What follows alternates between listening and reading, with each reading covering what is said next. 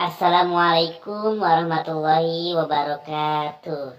Apa kabar anak-anak kelas 4 SD Al Fitro? Alhamdulillah dahsyat. Allahu Akbar. Ketemu lagi, kali ini kita akan belajar bahasa Indonesia. Hai anak-anak yang hebat, bagaimana kabarnya?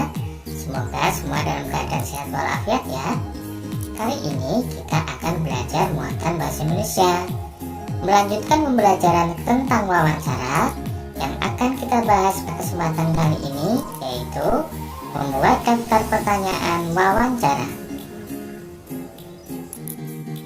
Anak-anak, ketika kita melakukan sebuah wawancara, kita mempunyai satu tujuan.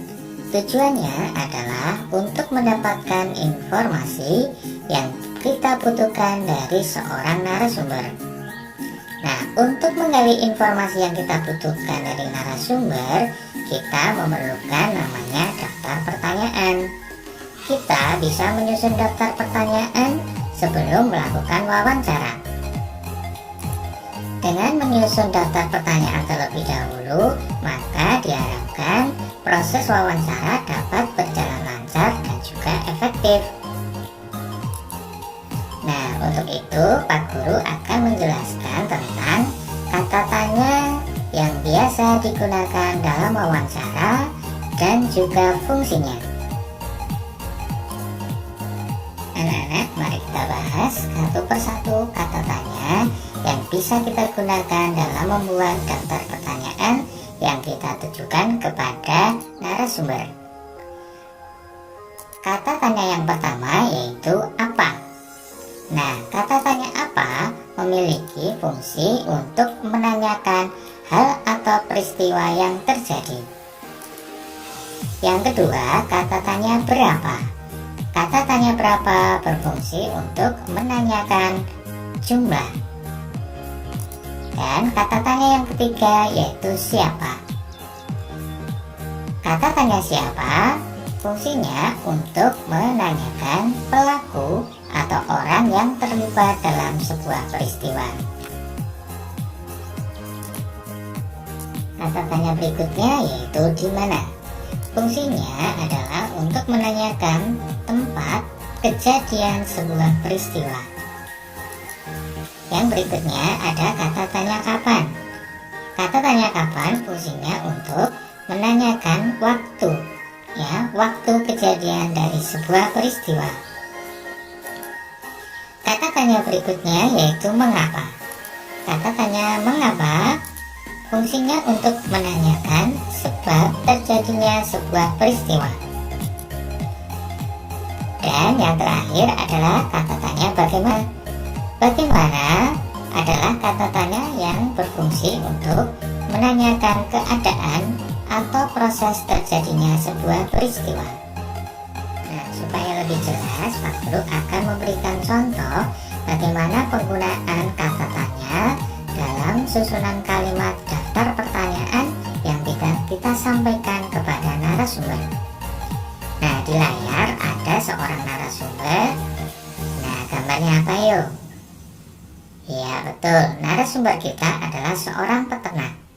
Dengan menggunakan 7 kata tanya yang sudah kita pelajari tadi, maka kita bisa menyusun kalimat tanyanya sebagai berikut. Kata tanya apa, kita bisa menyusun kalimat tanyanya, apa hewan yang Bapak pelihara?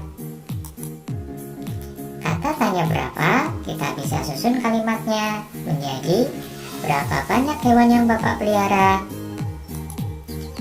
Kata tanya siapa, bisa kita susun kalimat tanyanya menjadi siapa saja yang membantu Bapak memelihara hewan-hewan peliharaan ini?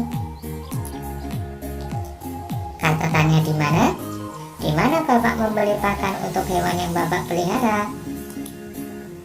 Kata tanya kapan? Kapan saja pemberian makan hewan yang Bapak pelihara? Lalu kata tanya bagaimana? Bagaimana cara Bapak menjaga kesehatan hewan yang Bapak pelihara? Dan kata tanya terakhir, mengapa? Mengapa kandang hewan peliharaan Bapak harus dibersihkan secara teratur? Nah, itu adalah contoh penggunaan 7 kata tanya daftar pertanyaan yang bisa kita sampaikan kepada seorang narasumber. Tentu, daftar pertanyaan ini bisa kalian rubah sesuai dengan informasi yang kalian inginkan. Nah, bagaimana anak-anak? Sudah jelas bukan? Nah, untuk mengetahui apakah kalian benar-benar sudah memahami apa yang Pak Guru jelaskan, maka Pak Guru punya tugas nih.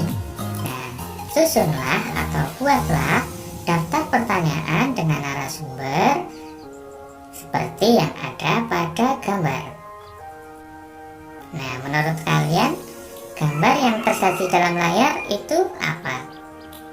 Iya, seorang penjual tanaman. Anak-anak, itu tadi materi sekilas tentang bagaimana cara membuat daftar pertanyaan untuk wawancara. Mudah-mudahan video yang singkat ini bisa menambah wawasan kalian tentang bagaimana cara menyusun daftar pertanyaan yang baik dan juga efektif. Sampai jumpa di lain kesempatan dan akhirnya wassalamualaikum warahmatullahi wabarakatuh.